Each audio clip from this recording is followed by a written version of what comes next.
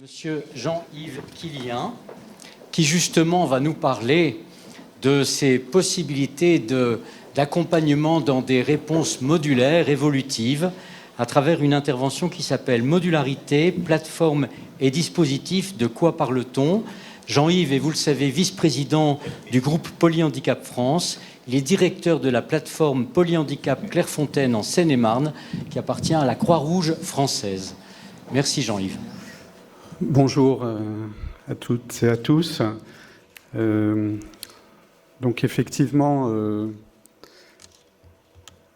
je vais vous présenter ce qu'est une plateforme, pas tellement à partir de l'exemple de la plateforme où je travaille, mais plus les principes fondateurs, les principes législatifs, le cadre réglementaire qui régit aujourd'hui les plateformes.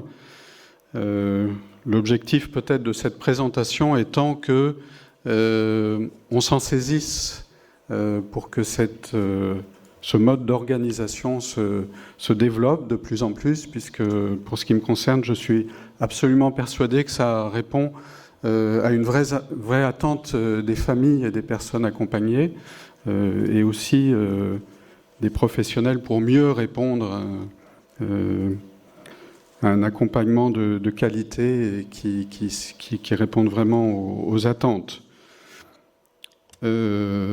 Effectivement, ce terme de plateforme fait peur, je pense, encore aujourd'hui, n'est pas très bien connu, et donc c'est intéressant de repartir du cadre existant, finalement, du cadre législatif en particulier, qui donne quand même aujourd'hui des éléments très précis, à la fois sur les principes qui gouvernent ces organisations et sur les possibilités aussi qui en découlent.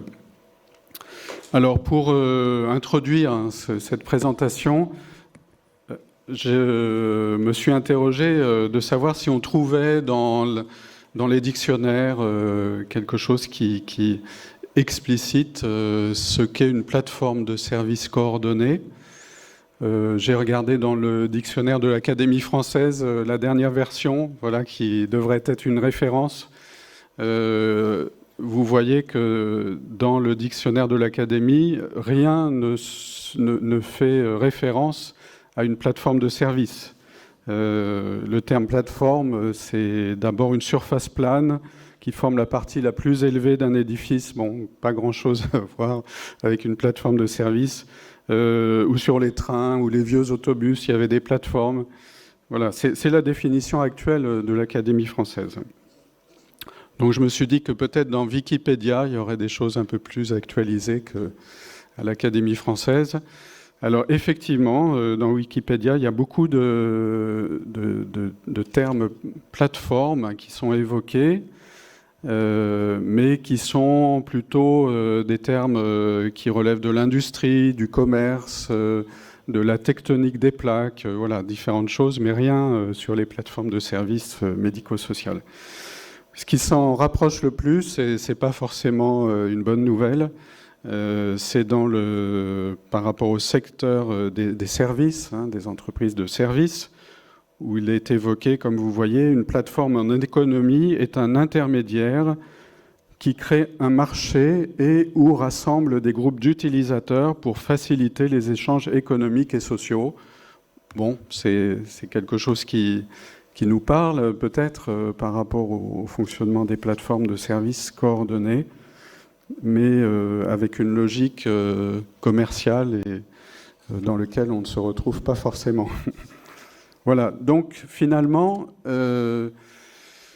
la plateforme de service, aujourd'hui, c'est quand même une inconnue d'une certaine manière, hein, et ça n'est pas encore identifié comme un élément finalement essentiel de la transformation de l'offre médico-sociale. Et donc voilà, ça mérite de creuser un peu la question.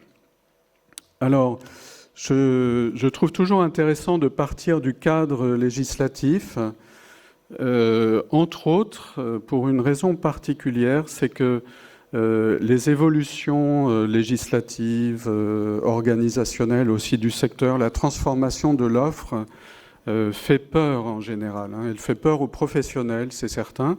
Et je pense peut-être aux familles aussi.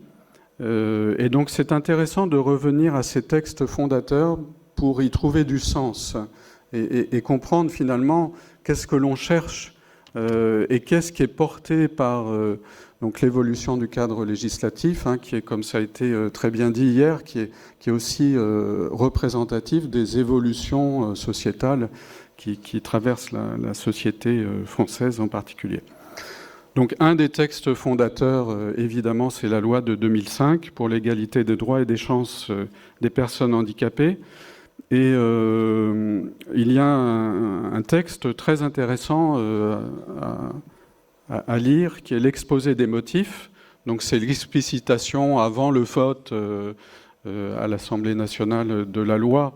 C'est l'explicitation de ces enjeux et de ces objectifs qui sont poursuivis. Donc vous les avez sous les yeux.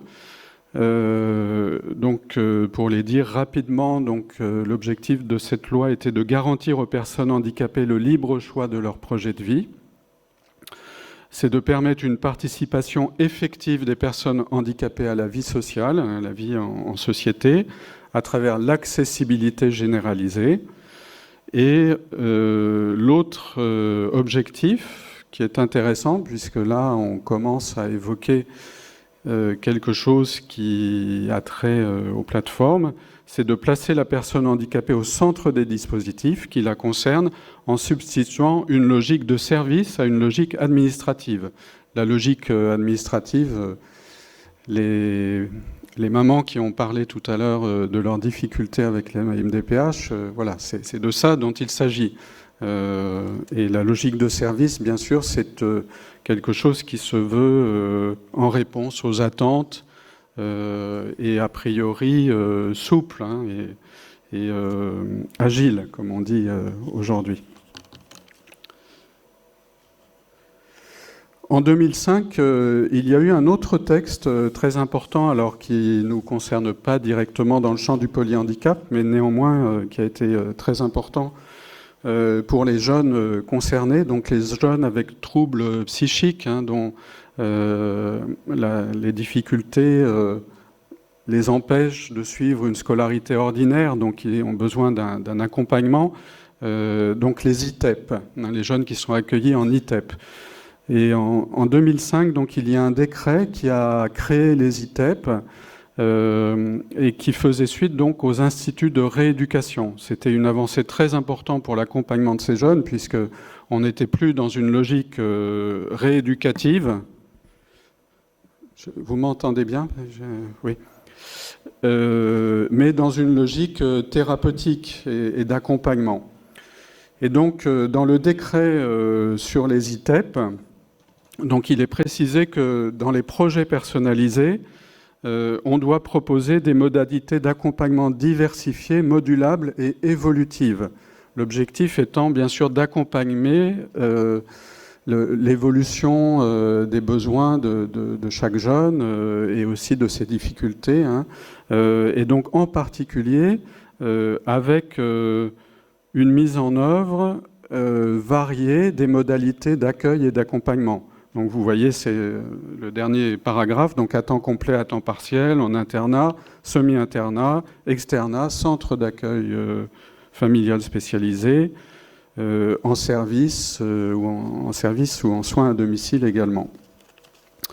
Donc c'est un texte qui est très important finalement pour comprendre aussi l'émergence de ce concept de plateforme.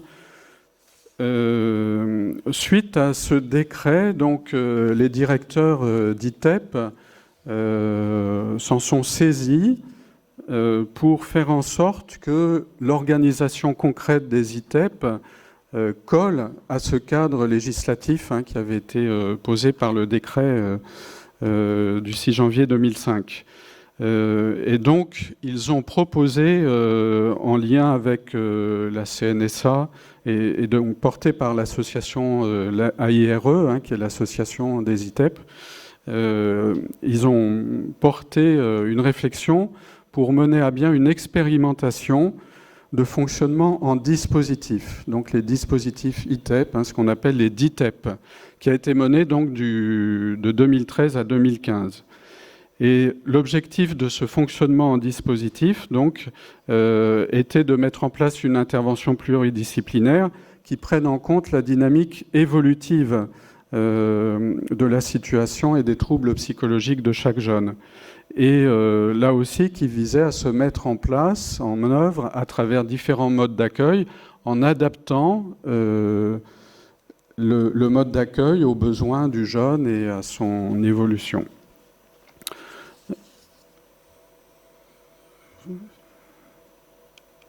Excusez-moi parce qu'il faut que je passe les diapos en même temps que je parle. Voilà, ça c'était la diapo sur l'expérimentation. Donc de mai 2013 à mars 2015. Et donc vous avez là le schéma, c'est un schéma de la IRE qui explique le fonctionnement des dispositifs ITEP. Donc la MDPH reste évidemment à la source de l'orientation en ITEP, comme pour les autres établissements médico-sociaux et comme pour les établissements qui accueillent des personnes polyhandicapées, bien sûr. La spécificité de ce dispositif, c'est qu'une fois l'orientation prononcée par la MDPH, l'ITEP avait la possibilité de modifier le mode d'accueil en fonction des besoins du jeune, comme je l'ai dit juste avant, mais sans repasser par la case MDPH. Voilà, ce qui était tout à fait essentiel, puisque à l'époque, le délai d'attente, par exemple, pour passer d'un externat à un internat ou d'un CESAD à un externat, pouvait être d'1 an. Donc voilà, au bout d'1 an, la situation, elle pouvait être devenue absolument dramatique pour le jeune et pour la famille.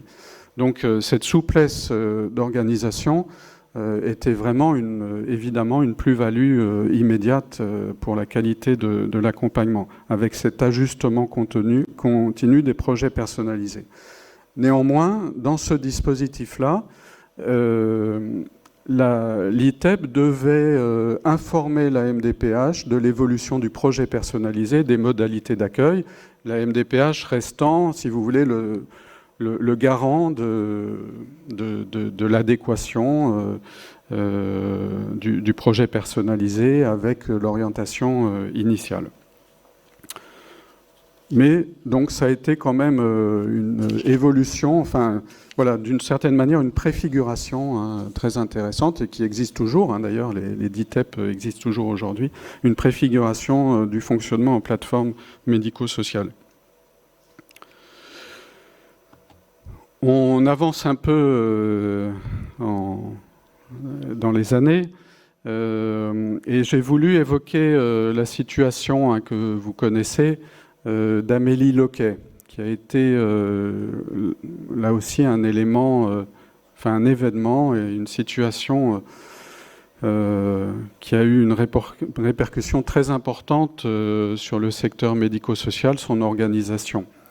Amélie Loquet donc, était une jeune femme qui à l'époque était âgée de 19 ans, atteinte du syndrome de Prader-Willi, donc qui est un handicap rare, avec un retard mental et puis une obésité, vous connaissez ce syndrome. Elle souffrait aussi de troubles autistiques importants et devait être surveillée 24 heures sur 24. De ce fait-là, à cause de ces troubles du comportement, elle a été renvoyée de l'IME qui l'accueillait à l'époque, qui estimait ne plus être en capacité de garantir sa sécurité. Et donc elle s'est retrouvée au domicile de ses parents plusieurs mois sans aucune solution et avec ce besoin très intense d'accompagnement, 24 heures sur 24 et minute après minute. Au regard de ces difficultés massives et donc faute après s'être vu opposer beaucoup de refus d'accueil dans d'autres établissements, donc les parents avec l'UNAPI ont décidé de porter la situation en justice donc pour attaquer l'État. Et donc le tribunal administratif leur a donné raison et a condamné donc l'agence régionale à trouver dans les 15 jours, un délai de 15 jours, une place pour Amélie. Je fais une petite parenthèse. À l'époque, le gouvernement avait envisagé de faire appel contre la décision du tribunal administratif. Donc ça a levé un tel tollé, évidemment, que finalement le gouvernement, à l'époque, a reculé et n'a pas fait appel. Malgré ça, il a fallu près de 5 mois pour que Amélie trouve une place en établissement, et en plus à 400 km de là où habitaient ses parents, donc ils ont dû déménager.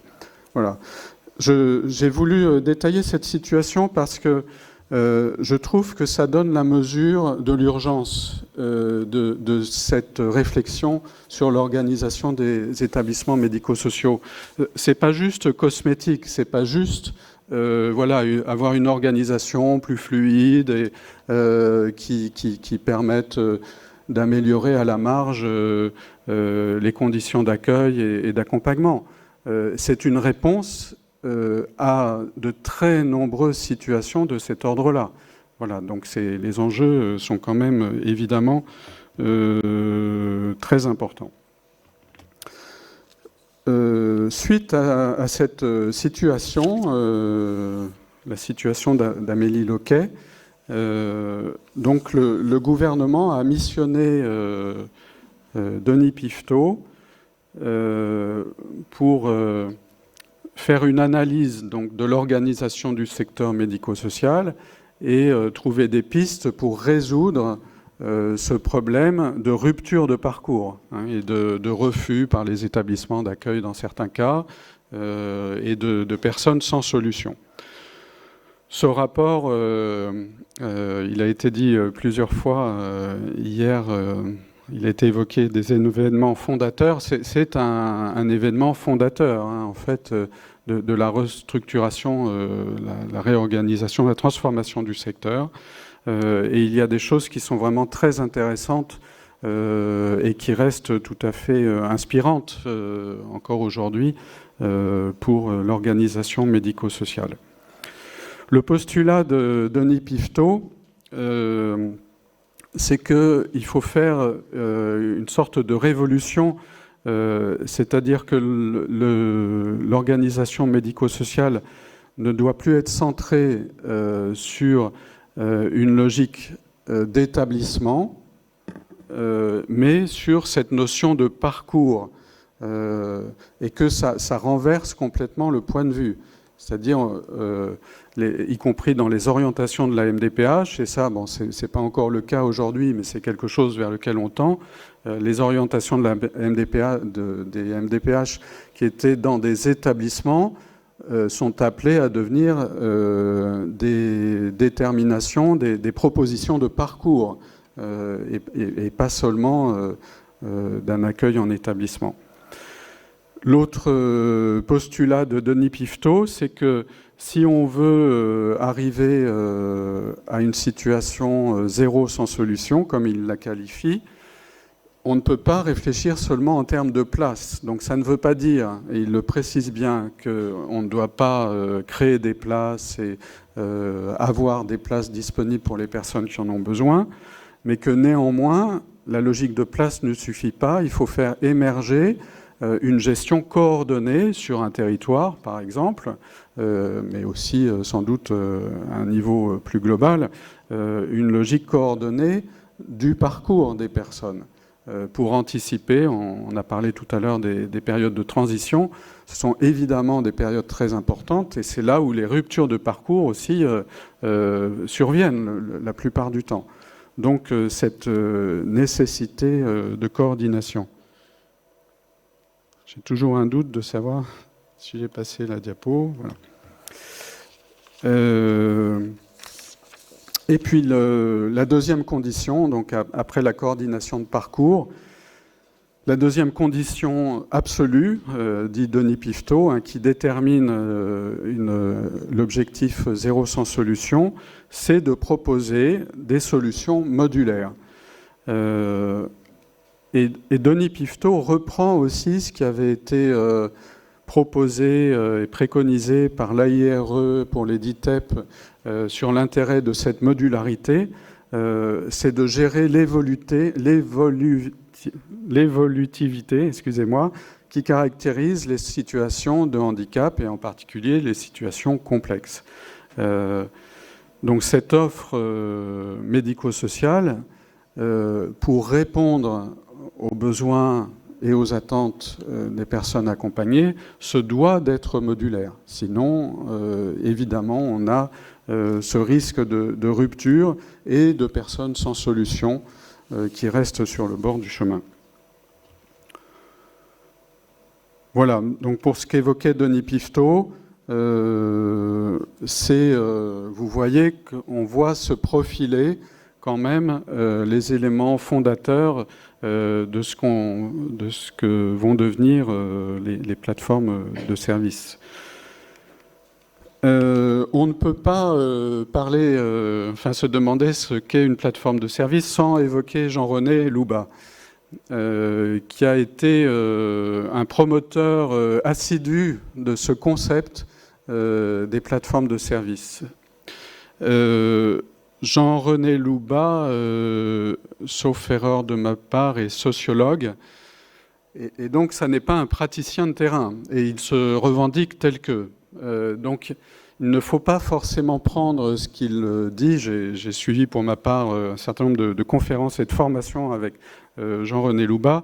Donc il se revendique comme tel, c'est-à-dire d'aider à la réflexion, d'être parfois un peu dans la provocation aussi par rapport à des freins à la transformation. Et, donc voilà. Et bon, je le dis avec prudence, mais je pense que les modèles promus ou les concepts promus par Jean-René Louba parfois ont pu inquiéter aussi les professionnels, avec en particulier une crainte de la désinstitutionnalisation qu'il a pu évoquer. Bon, je vais essayer de vous montrer quand même l'intérêt de son approche. La première chose, c'est que très clairement, Jean-René Louba, Albert Prévost, hier, nous a expliqué les tendances philosophiques, si on peut dire, qui parcourent les politiques publiques et au niveau européen, entre une approche anglo-saxonne qui est très centrée sur l'independent living, donc avec une recherche d'autodétermination qui est l'objectif principal de cette approche, et puis une approche plus latine qui est l'approche dans laquelle s'inscrit la France, avec un acquis sur la qualité de l'accompagnement aussi en structure médico-sociale. Voilà. Jean-René Louba s'inscrit clairement dans la première approche anglo-saxonne. D'ailleurs, quand vous avez sous les yeux un extrait de son livre « Concevoir des plateformes de services », vous voyez qu'il y a beaucoup d'anglicismes qu'il traduit, donc autour qui viennent de l'independent living ou du case management. C'est des choses qui l'inspirent beaucoup. En tout cas, il rejoint aussi ce que disait Piveteau, où la reconfiguration du secteur doit être centrée sur la personne bénéficiaire et sur son parcours, plutôt que sur des logiques d'établissement et de place. Bon, après, voilà, quand il parle d'approche client-centrée, bon, le terme est provocateur et évidemment, on ne se reconnaît pas directement dedans. Il évoque aussi la nécessité de désinstitutionnalisation, mais tout autant qu'il y a une ambiguïté de sens sur le terme d'institution, qui nous a d'ailleurs été éclairé hier. L'institution étant plutôt le collectif qui porte une organisation. Il y a une ambiguïté aussi sur le terme désinstitutionnalisation, puisque quand Louba parle de désinstitutionnalisation, il ne parle pas de la fermeture des établissements. Il le dit lui-même, de la transformation nécessaire pour faire évoluer l'accompagnement et mettre en place cette modularité de l'offre centrée sur le parcours de la personne. Donc il utilise là aussi un anglicisme, mais que tout le monde comprend, qui est le re-engineering. Excusez-moi. Voilà, donc c'est la désinstitutionnalisation. Effectivement, peut être entendu aussi et accepté, en tout cas, comme une nécessité d'évolution des organisations dans un objectif de mieux prendre en compte les besoins des personnes.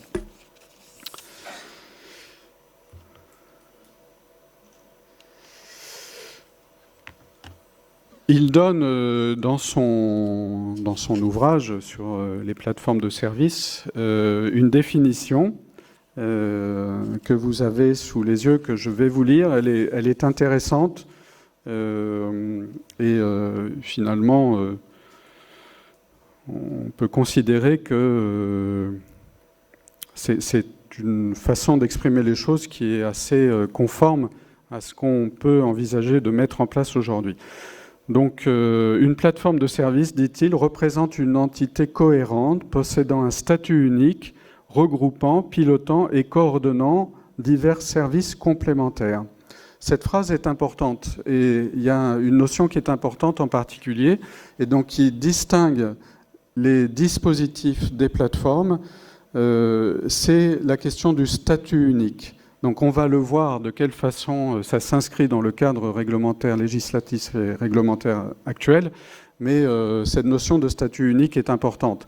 Contrairement au dispositif qui reste une agrégation d'établissements qui peuvent être divers et qui n'ont pas forcément ce statut unique que ont les plateformes. Sur les services complémentaires, donc ça c'est la vision qu'il porte, il les définit comme des pools de compétences humaines et de ressources matérielles au service d'une même valeur ajoutée. Ça veut dire par exemple que dans une plateforme, dans les exemples qu'il donne, on va avoir un service, ça ne concerne pas le polyhandicap, mais c'est pour illustrer, un service d'accès à l'emploi, un service d'accès au logement, un service plutôt santé, soins, médical. Voilà, c'est regroupé par pool de compétences avec un objet précis. Mais ça n'est que, comment dire, un modèle proposé par Jean-René Loubat, et ça n'est en rien, bien sûr, le seul modèle possible. Jean-René Loubat a beaucoup promu aussi la fonction de coordinateur de parcours. Hein, c'est peut-être un petit peu différent de ce qu'on évoquait tout à l'heure sur la coordination au sein d'un établissement. Là, on est vraiment sur la coordination de parcours. Donc, ce que promeut Jean-René Loubat, c'est une équipe de professionnels qui est en dehors des établissements qui font partie de la plateforme, enfin, ou des services qui font de la plateforme, et qui justement, du fait d'être en dehors, ont aussi une fonction de tiers et sont donc à titre individuel après référents du parcours des personnes accompagnées et les accompagnent donc dans les différentes transitions et dans la mise en œuvre de leurs projets personnalisés. Vous voyez aussi sur la diapo que là, il reprend mot pour mot les termes du case management, bon, qui sont évidemment intéressants, mais enfin, on peut aussi s'en détacher pour imaginer ce qui est aujourd'hui le plus pertinent en termes de fonction de coordination. Et on n'a pas besoin de se calquer sur ce modèle pour ça. On avance dans le temps. Et il faut peut-être que je regarde aussi le temps qui passe. J'ai combien de temps ici ? 10. Il faudra que j'aille très très vite. Alors. Je passe cette diapo rapidement. Donc, pour dire qu'en 2016, donc, les DITEP donc, ont été officialisés par la loi. Donc sur le modèle que j'ai expliqué tout à l'heure, mais ils ont obtenu une reconnaissance légale à travers la loi du 26 janvier 2016.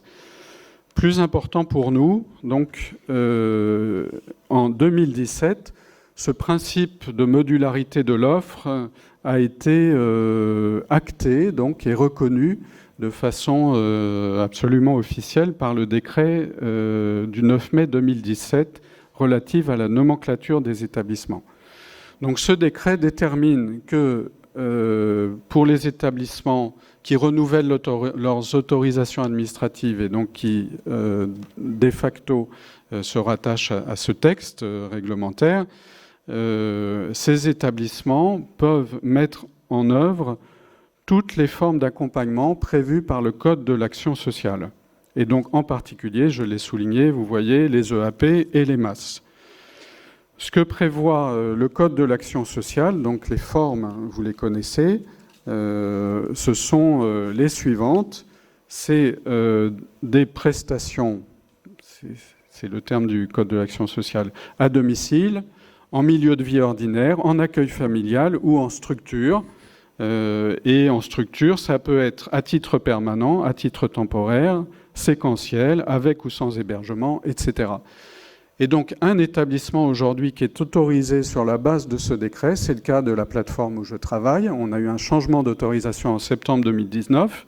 Et donc, de facto, nous avons le droit, sans plus rien demander à personne, et en particulier pas à la MDPH, de pouvoir proposer aux jeunes que l'on accueille tous ces modes d'accompagnement. Du domicile, donc dans notre cas, c'est du domicile et du milieu ordinaire jusqu'à l'hébergement 365 jours par an, avec toutes les modalités intermédiaires et tous les mixtes aussi. Et nous avons des jeunes qui sont accompagnés au domicile, qui viennent passer 2 jours par semaine en accueil de jour et qui parfois viennent passer une semaine à être hébergés pour proposer un relais à la famille ou parce que c'est un temps de vacances pour le jeune qui change de son environnement habituel. Voilà, donc une plateforme, aujourd'hui, c'est totalement défini par ce cadre réglementaire. Et je vous avoue que moi, je m'étonne beaucoup que si peu de gestionnaires et d'établissements s'en saisissent, parce que la plus-value, elle est tout à fait essentielle pour les familles. Ce qu'il faut relever, c'est que ces situations de modularité de l'offre, elles bénéficient surtout aux jeunes, pour ce qui me concerne, mais ce serait pareil pour les adultes, les plus fragiles, pour lesquels les parents, par exemple, ne souhaitent pas que leurs jeunes soient accueillis en collectivité 5 jours sur 5 ou 7 jours sur 7. Donc cette modularité, elle est vraiment une plus-value extraordinaire pour les jeunes qui sont dans les situations les plus complexes. Pour essayer de... Bon, je suis vraiment hors délai, hein, je crois.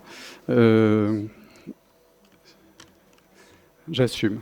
Notre présidente me dit d'assumer, donc j'assume. La question qui se pose, c'est comment on accompagne ces transformations, et en particulier les professionnels. C'est pas si simple. Et donc, il me semble que le point essentiel, c'est déjà d'être d'accord sur les objectifs poursuivis et de les partager avec toutes les équipes. Et donc de poser les repères, ce que je qualifie de repères éthiques de la transformation de l'offre. Au regard des textes, des rapports PIFTO, etc., j'en identifie 3 qui me paraissent essentiels. La première chose, c'est l'inconditionnalité de l'offre et de l'accueil plutôt. Puisque c'est une condition pour accueillir tout le monde. Hein. C'est de dire toujours oui, en fait, hein, tout simplement. La deuxième condition, le deuxième repère, c'est bien sûr la modularité de l'offre. Et je n'ai pas résisté au plaisir de vous reciter l'article 19 de la Convention, dont certains se saisissent pour justifier la désinstitutionnalisation et la fermeture de tous les établissements. Cette approche est complètement contraire à l'esprit de la Convention. La Convention dit que toutes les personnes ont le droit de vivre dans la société avec la même liberté de choix, notamment en veillant à ce qu'elles aient accès à une gamme de services à domicile ou en établissement ou autres services sociaux d'accompagnement. Donc la liberté de choix, c'est ça, c'est de pouvoir bénéficier d'une offre modulable et diversifiée. Je pense qu'on est tous d'accord sur ce principe éthique, hein, je dirais, qui est une condition de la qualité de l'accompagnement. Je reviendrai rapidement sur l'autodétermination. Alors, quelques éléments sur ces enjeux organisationnels, hein, pour mettre en œuvre ces repères éthiques. Sur l'inconditionnalité de l'accueil, bien sûr, garantir des taux d'encadrement adaptés. Ça veut dire un financement. C'est une question centrale, on y reviendra peut-être cet après-midi. Il faut aussi accompagner et renforcer l'expertise des professionnels, parce que pour accueillir de façon inconditionnelle, il faut être armé pour ça. Donc ça veut dire énormément de formation et de recherche aussi. Je pense par exemple au projet START, hein, qui réfléchit à la façon d'accompagner les personnes avec troubles neurodéveloppementaux. C'est un programme extrêmement intéressant et qui permet au polyhandicap de se retrouver dans une approche transversale où on va aller puiser des ressources qui viennent d'ailleurs, de l'autisme par exemple. Mais on va pouvoir s'en saisir pour renforcer l'expertise des professionnels et leur permettre d'être en capacité d'accueil inconditionnel. C'est pas si simple, hein. Bien sûr, il y a l'inscription dans le territoire et puis la mobilisation des partenaires de droit commun, puisqu'on sait bien que dans les établissements, de toute façon, aujourd'hui, on est dans cette logique territoriale, il faut aller chercher des ressources sur le territoire, des orthophonistes, des kinés, voilà.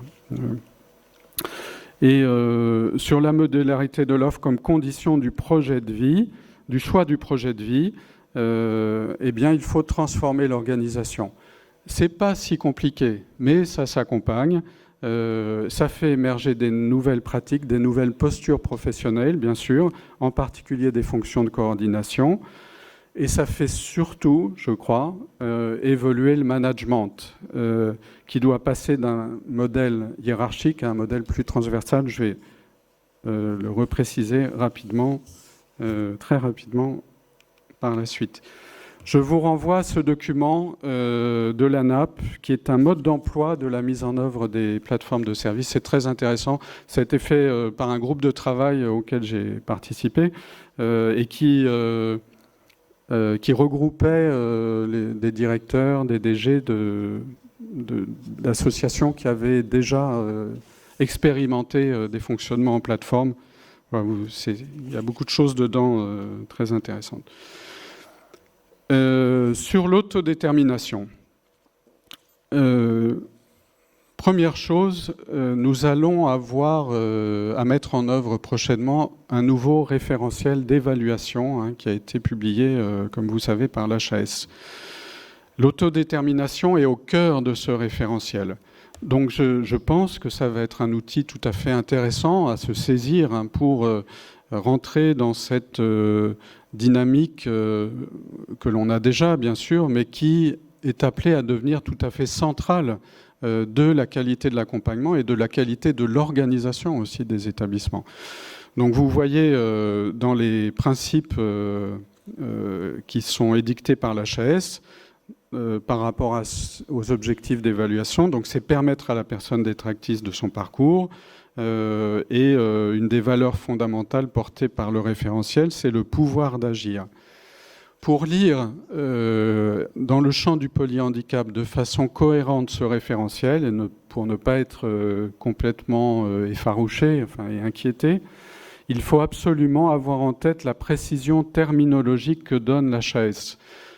C'est que la personne doit être entendue au sens large et vise la personne elle-même, son représentant légal et les titulaires de l'autorité parentale. Donc, en résumé, c'est la personne et sa famille et son entourage. Et donc, je vous invite à relire le référentiel sous cet angle-là. Vous verrez que, waouh, si on donne cette place aux familles dans les établissements, je pense qu'il va y avoir des évolutions tout à fait importantes de l'organisation et de la dynamique au sein des établissements et des plateformes. Et donc, je ne peux pas finir sans évoquer le dernier rapport de Denis Piveteau, donc, qui a été commandé suite à la crise RH par le Premier ministre, ancien Premier ministre.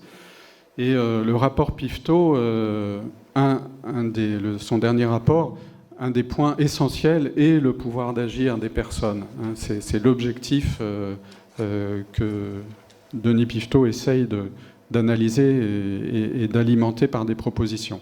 Et il y a une chose extrêmement intéressante dans son rapport, qui est la mise en miroir du rapport d'agir, du pouvoir d'agir des personnes accompagnées et du pouvoir d'agir des professionnels. Son argumentaire que je trouve absolument pertinent et que l'un ne va pas sans l'autre. Il l'explique dans un tableau que vous trouverez dans le rapport, qui est la correspondance donc, entre le pouvoir d'agir, l'autodétermination des personnes accompagnées et celle qu'on doit permettre aussi aux professionnels.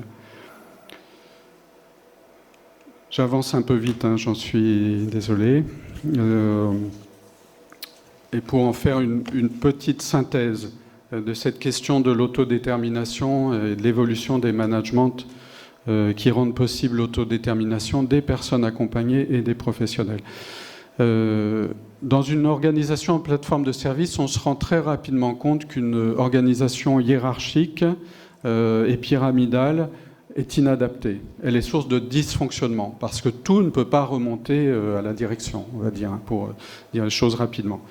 Donc le fonctionnement en plateforme amène nécessairement à faire évoluer le management d'un modèle pyramidal à un modèle souple et transversal, en cohérence avec le fonctionnement transversal de la plateforme. D'un modèle hiérarchique à un modèle fondé sur la confiance envers les professionnels et qui favorise leur autonomie. Pour l'ensemble des professionnels, cette évolution n'est pas simple. Elle nécessite d'être accompagnée dans la durée et étayée par l'ensemble des cadres.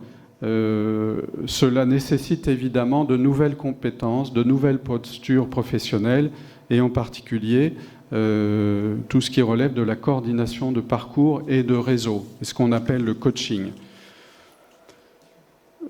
Ces approches ne traversent pas actuellement que le secteur médico-social, elles traversent aussi beaucoup l'entreprise et donc il y a des exemples très intéressants à regarder du côté de l'entreprise ou du secteur sanitaire aussi. C'est le cas de Buurtzorg, c'est le concept de l'entreprise libérée, du management de Montessori. Voilà, il y a quelques sources aussi dont on peut s'inspirer. Voilà, j'ai quasiment fini. Je vous présente juste le schéma. Alors, ce n'est pas à titre d'exemple. Vous avez compris qu'il n'y a pas de modèle de plateforme, il n'y a pas d'exemple. C'est à chacun d'inventer sa propre modularité, sa propre organisation. C'est le schéma de la plateforme où je travaille. Peut-être juste un mot sur la filière active très rapidement. Une plateforme, au sens de l'ARS et du décret de 2017, est sectorisée. Et donc sur un secteur déterminé avec l'ARS, pour ce qui nous concerne, c'est tout le sud Seine-et-Marne, on est tenu d'apporter un accompagnement, un étayage, même si on n'a pas de place. Et donc il y a un service de coordination. Bon, il y a beaucoup de choses qui sont en cours de mise en œuvre, on va dire. C'était de 2019, donc le Covid, évidemment, nous a beaucoup impacté dans ces mises en œuvre. Mais il y a un service de coordination qui a pour fonction d'aller étayer les situations au domicile dans l'attente d'une place en bonne et due forme. Et puis, je finis par ça. On s'est transformé en plateforme en septembre 2019 et de ce fait-là, on n'a pas pu aller au bout de la réflexion collective puisque le Covid est arrivé. Et donc on a repris ces dernières semaines une réflexion collective avec une journée institutionnelle où la question qui était posée à l'ensemble des équipes, c'était quels sont vos souhaits pour le fonctionnement de la plateforme et l'accompagnement des jeunes. Et une des productions de cette réflexion collective, de cette intelligence collective, c'est ce que les professionnels trouvent dans leur pratique professionnelle. Moi, j'avais peur qu'il y ait un souhait de revenir en arrière, finalement, en disant, voilà, c'est trop compliqué, ça a été trop compliqué avec le Covid. Pas du tout. Il y a une demande de plus, en fait, de plateformes. Et donc là, vous avez quelques exemples de ce qui est souhaité et constaté aussi par les professionnels de la plateforme dans l'accompagnement qui est proposé aux jeunes que nous accueillons. Voilà, merci beaucoup et excusez-moi pour le...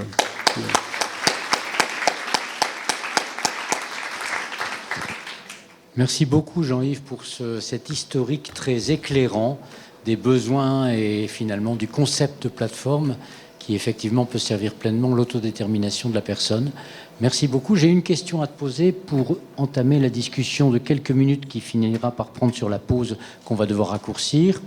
Effectivement, ces plateformes, elles peuvent aussi bien sûr servir les transitions d'âge dans l'accompagnement dont on parlait précédemment, accompagnement dans la durée, avec des correspondances stabilisées, etc., permettant la temporalité propre à la réflexion, au discernement, etc.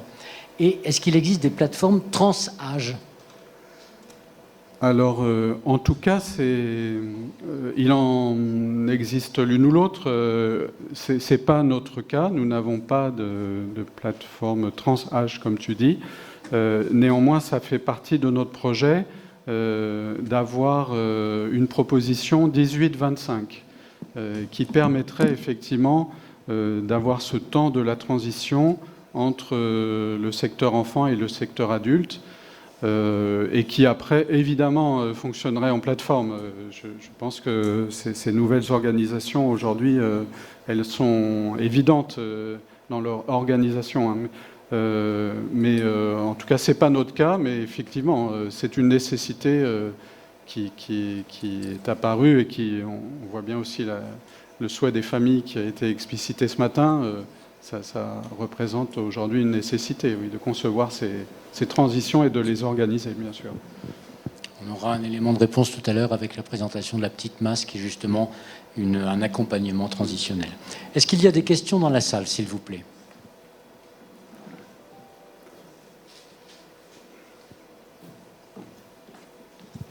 S'il vous plaît. Merci beaucoup. Alors, si vous permettez, je vais vous faire un petit retour sur... Depuis 10 ans que je connais le domaine en France et ce que j'en retiens aujourd'hui.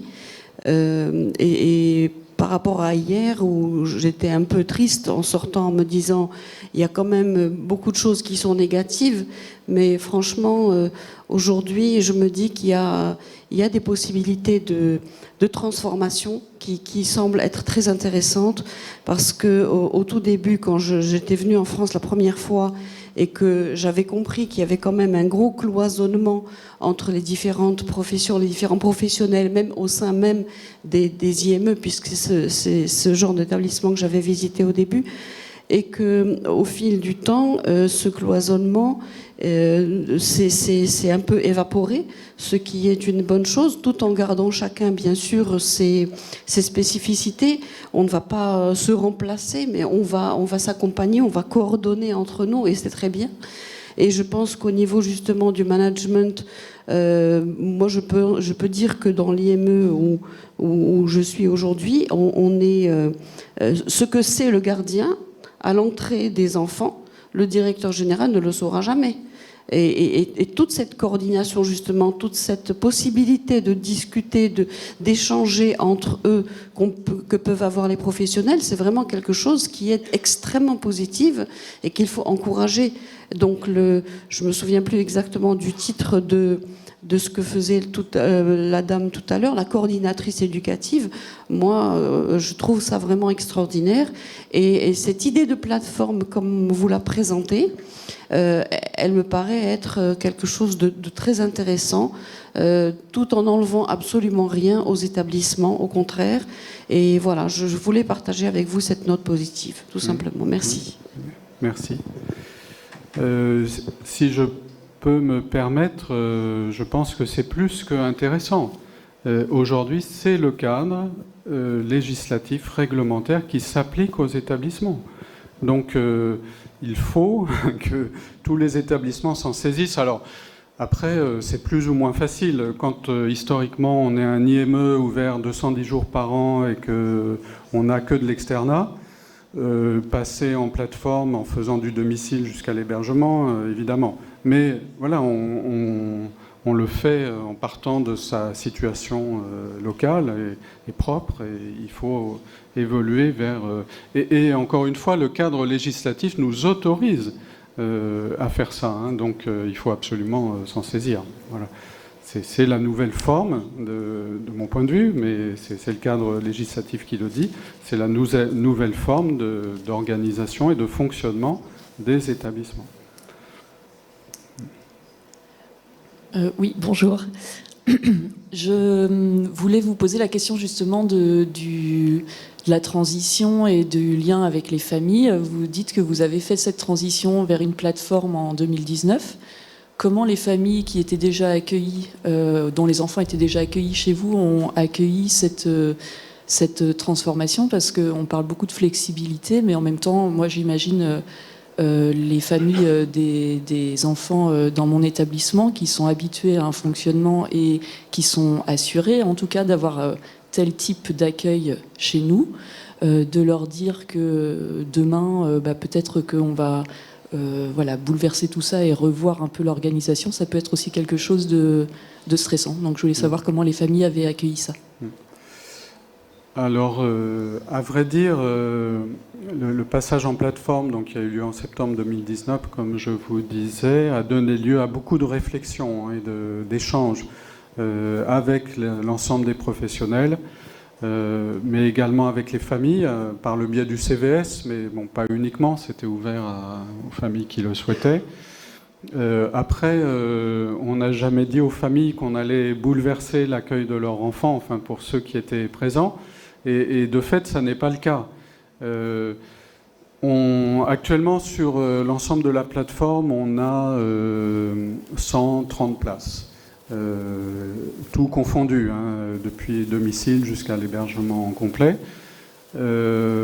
Cette modularité de l'offre et cette possibilité d'adapter de façon fine, elle concerne peut-être 10% des jeunes accueillis, ou un peu plus de 10%. Et donc tous les autres, il y a beaucoup de jeunes, par exemple, qui sont au CESAD, qui sont accompagnés au domicile, si on ne doit plus parler de CESAD, mais il y a encore une équipe dédiée du CESAD qui intervient au domicile. Ils sont bien au CESAD et leur famille ne souhaite pas qu'ils viennent, soit parce qu'ils sont très jeunes ou c'est le projet familial, ne souhaite pas qu'ils viennent en accueil de jour ou soient hébergés. À l'opposé, certains jeunes sont en hébergement 5 jours sur 5, voire pour l'un ou l'autre 7 jours sur 7.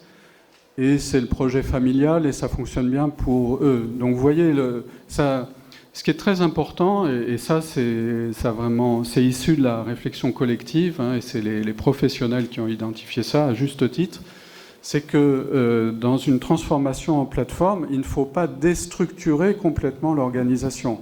Il faut garder, alors ce que Louba appelle des pôles de compétences, je crois, mais oui, il faut garder des services, si on veut, identifiés, qui délivrent un accompagnement qui doit rester à la qualité maximum qui peut être proposée dans le cadre de cet accompagnement.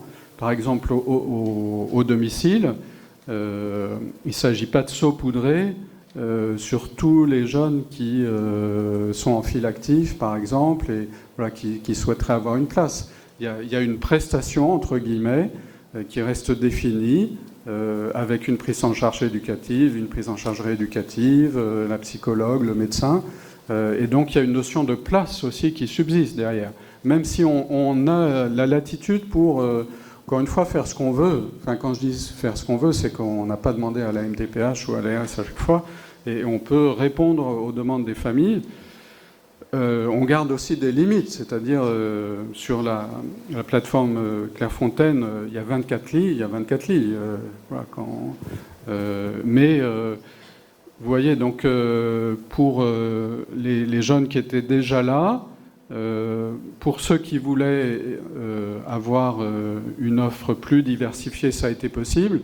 Pour ceux qui ne le voulaient pas, ils sont restés dans le cadre de l'accompagnement qui leur a été déjà proposé. Merci. Morgane Bernard, je travaille pour l'association ASEI, située dans la région Occitanie, mais également présent en Île-de-France et en Nouvelle-Aquitaine.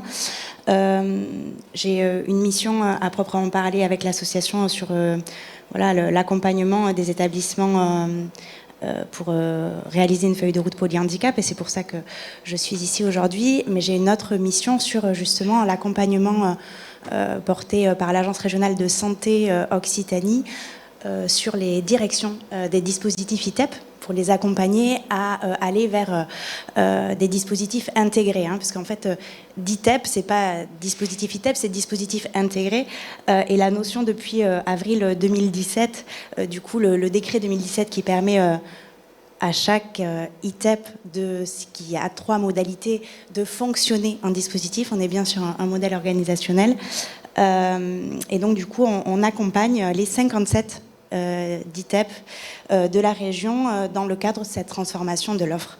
Et je voulais juste revenir donc du coup sur des contextes qui sont différents pour les DITEP, que vous avez largement, sur lesquels vous êtes appuyés. Je voudrais vous remercier d'avoir partagé ça en introduction, parce que je pense que aussi le médico-social gagnerait à cette circularité, à cette moindre concurrence entre les associations, mais aussi à ce décloisonnement pour s'inspirer les uns les autres dans les fonctionnements et les avancées. Aussi, c'est dire que c'est une émergence, comme vous l'avez dit, des professionnels, le dispositif ITEP, parce qu'il n'y a pas d'association de parents pour les enfants qui sont accueillis en institut thérapeutique, éducatif et pédagogique. Et dire qu'on est sur un trouble dit réputé en tout cas réversible. Ce qui n'est pas le cas pour les enfants et les adultes que vous occupez, dont vous vous occupez et qui sont polyhandicapés. Vous dire qu'en termes de retour d'expérience concret et opérationnel pour les DITEP, au-delà de la modularité et de l'hybridation, c'est plutôt une hybridation qu'on constate sur le terrain en termes d'activité, en termes de demande. Effectivement, une capacité à vraiment porter le projet de la famille et un renversement.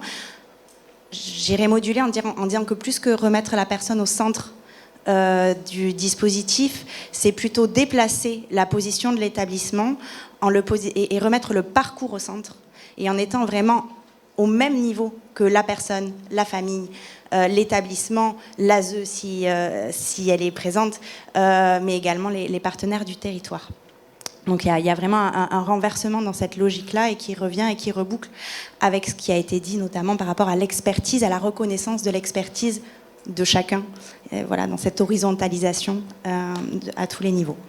Voilà, c'était du coup pour juste refaire cette boucle-là par rapport à ce retour d'expérience, et donc vous dire qu'effectivement ça permet une multimodalité, au-delà du coup de pouvoir être en accueil de jour ou en accueil de nuit ou en ambulatoire. On va pouvoir proposer sur mesure et en fonction de l'évolutivité des besoins de la famille, de pouvoir proposer la palette totale des compétences et des savoirs de l'établissement en fonction du territoire, et donc potentiellement aussi en partenariat sur le territoire s'il n'y a pas la totalité des modalités, ou si c'est trop éloigné du domicile et du lieu d'accueil.